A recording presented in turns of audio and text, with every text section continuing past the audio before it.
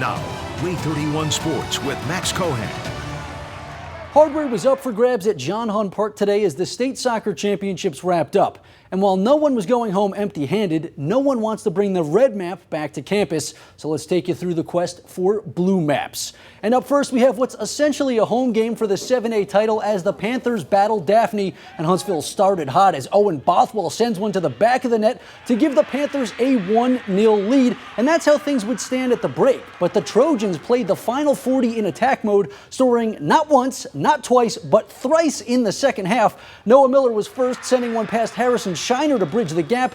Then Alex Potier's initial attempt rolls off the crossbar and right to William Alves, putting the Trojans in front and hushing the large Huntsville crowd as they pull off the comeback for the blue map with the 3-1 win to repeat as 7A champs.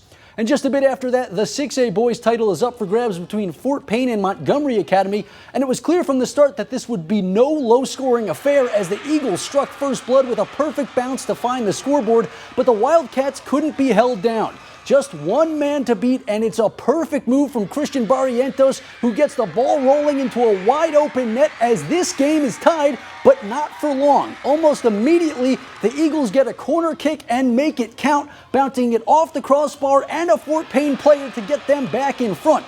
At the break, Montgomery Academy led 3-2, but Barrientos was a man on a mission, and after he booted the equalizer, he sent a penalty kick to the back of the net for his fourth goal of the game, giving Fort Payne the late lead. That would be the difference maker this time as the Wildcats claw their way back to a blue map for the first time since 2015 with a 4-3 win. Every kid dreams about it, being in the state final, especially performing the best in the whole season, scoring 4 goals in a game, especially in the state final. It's an unbelievable feeling. Every kid dreams about it, and I accomplished it. I'm out of words. And back on Field 1, Sparkman and Auburn are gunning for the 7A girls crown. And how about this missile to get things started? The goalie never had a chance. Jada Davis with a perfect boots to get the crowd going wild, and she plays it off like it's no big deal. That one put the Senators in front 1-0, a lead they held into the half. But after the Tigers tied it late, Davis says, "Call a doctor, I've got a brace." Her second goal of the day comes on a PK and would be all the Senators needed to grab the program's first ever blue map, 2-1.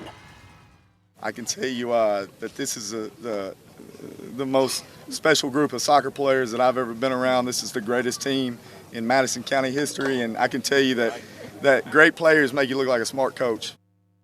Then it's Westminster Christian looking for their first blue map as they hit the pitch against St. Michael, and the Wildcats didn't waste an early mistake. A steal by Jasmine Feld, and the captain sends it right to the goalie, but she can't fully stop it as it rolls across for a Westminster goal. And the Wildcats held that lead for nearly the entire game, but the Cardinals responded late, sending this one to overtime. Ultimately, it would end in penalty kicks where Westminster would claim the blue map, outscoring them 4-2. And in our final state soccer of the day, it's the Tanner Rattlers who took home their first ever blue map, defeating St. Luke's 2-0. And of course, last but not least, a big day on the softball fields for UAH and UNA. The Chargers were taking on Tampa in the NCAA South Regional, falling to the top-ranked Spartans 2-1 as their season comes to an end with a 46-11 record, their most wins since 2014. And in ASUN action, the UNA Lions are squaring off with top-seeded Central Arkansas for the conference tournament title. That game started at noon and still hasn't wrapped up due to weather in the area.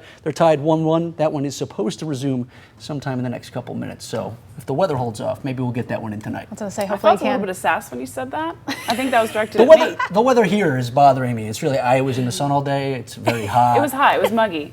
Yeah, I'm going to give you that. I definitely have a sunburn that, my mother wouldn't want as a Mother's Day present. She'd be As a very Mother's upset. Day present. I wore zinc today, too. Zinc sunscreen. Zinc? She would have wanted. Oh, here we go. Wow. You gotta It be didn't kidding work, me. but I reapplied it about 6 times. So happy Mother's Day really quick to Dania, Donna, and Carol. Happy Mother's Day to all All right, of us. thanks so much for joining us. We'll see you back here tonight at 10.